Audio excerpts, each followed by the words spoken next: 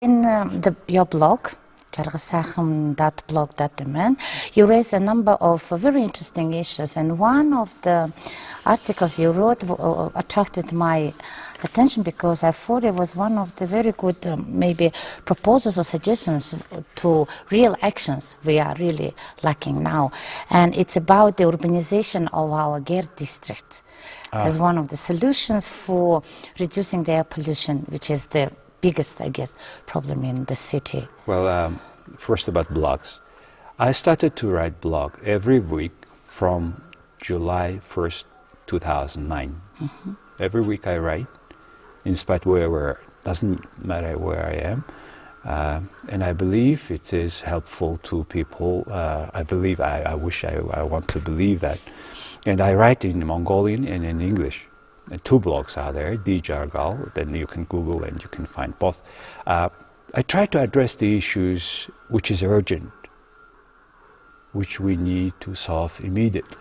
Of course, I'm not the guy who is solving, but I'm giving my own perspective. Exactly. Based on my practices. I have studied in different countries. I have certain education that allows me to write and to see what is the causes to me of these problems. We, 3 years ago, we have created Mongolian Civic Union with a number of friends, mainly guys who have been educated abroad, etc. We have been doing that, and the major program for the city was, the cause of the city problem we have. I mean, name the problems, Right, air, road, everything, water. The cause of the problems are in the Ger district around the city. If we solve the issue, we will solve almost all issues in this city in terms of this air condition, road, etc. And I at that time, 4 or 5 years ago, I was reading a book, Hernando de Soto, who luckily came a few months ago here, a couple of months ago.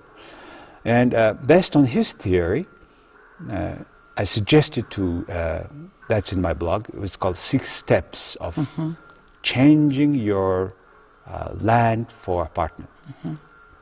Here I suggest people to get, first of all, register the land around which they have a fence.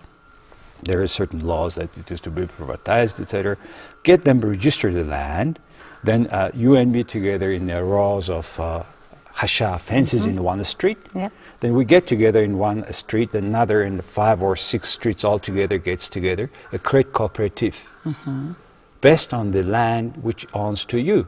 So now you have not only stakeholders not only owner of the land, you also are now stakeholder of a cooperative. Cooperative can go to the city. A city will help with planning and also with additional capital through bond, municipal bond. In every normal democratic country, there is a municipal bond. Why?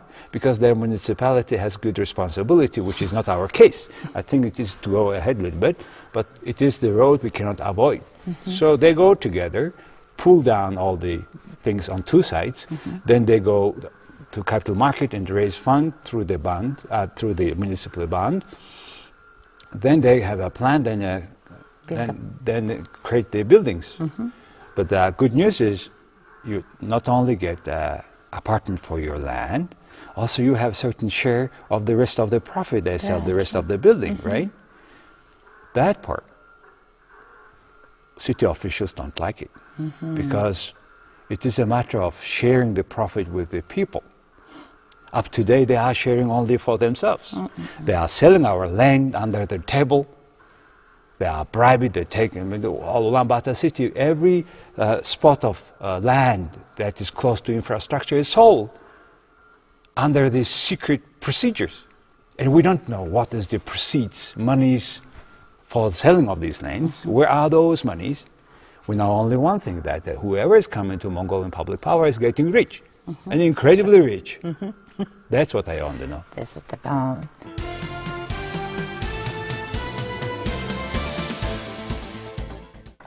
And we said so in your blog, you are raising this issue of Bushido, short definition of the vision for particular I don't know, society or group of people.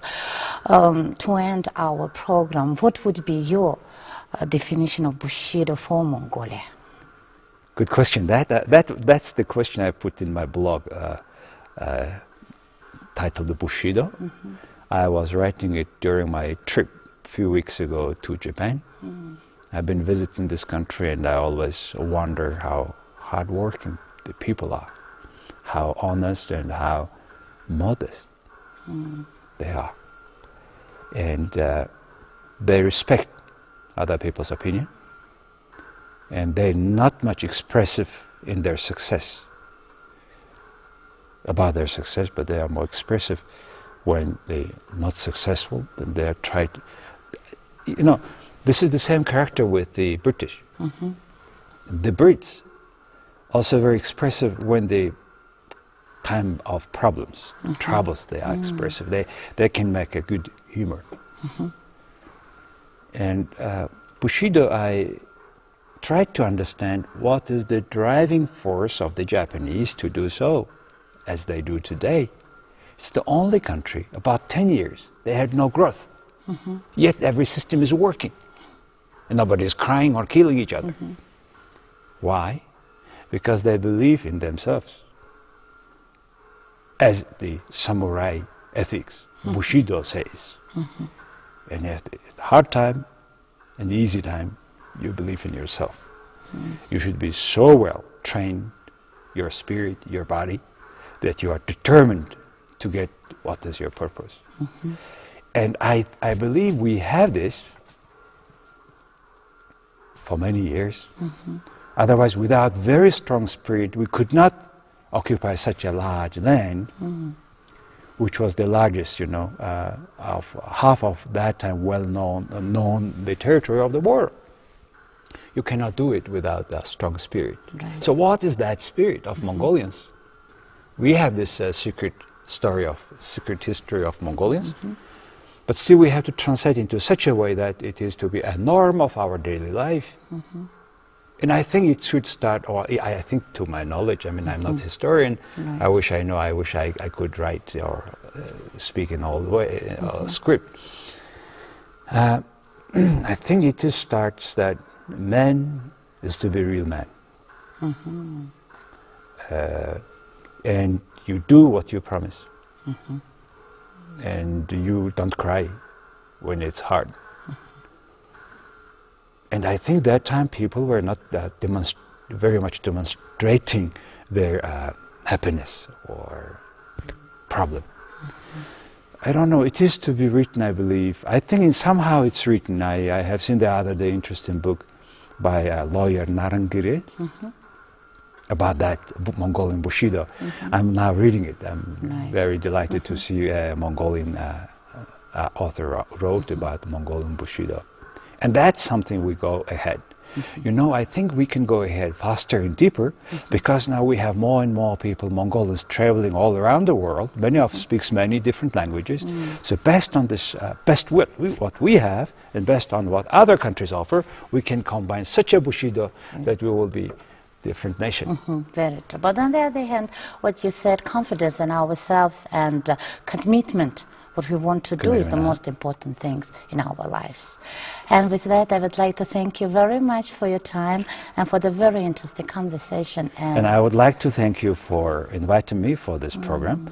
And I have seen a number of other programs, and I think altogether it gives some picture to English-speaking audience and to English-speaking Mongolian, picture that Mongolians are deeply thinking, critically thinking, about what we are doing every day. You know, that's good, because we are critical to what we are doing. We are criticizing the government, not because I hate, everybody individually. I see a lot of successes. I see a lot of successes what we do every day. But we write so much about those successes, and I no need to contribute to that part. I would like to see that part of our life, social life, political daily life, that we want to improve. Then I think we will have better Mongolia. Thank you very much too. Totally agree with you. Thank you very much, and I wish you all the best. Thank you. Dear ladies and gentlemen, today we had the honorable guest, Mr. Jargalsaikhan, economist, who talked about his opinions and views how we are doing in our lives. And the most important message of today is having confidence in ourselves and be committed on what we want to achieve is the most important. With that, I would like to thank you for your time and hope to see you next week.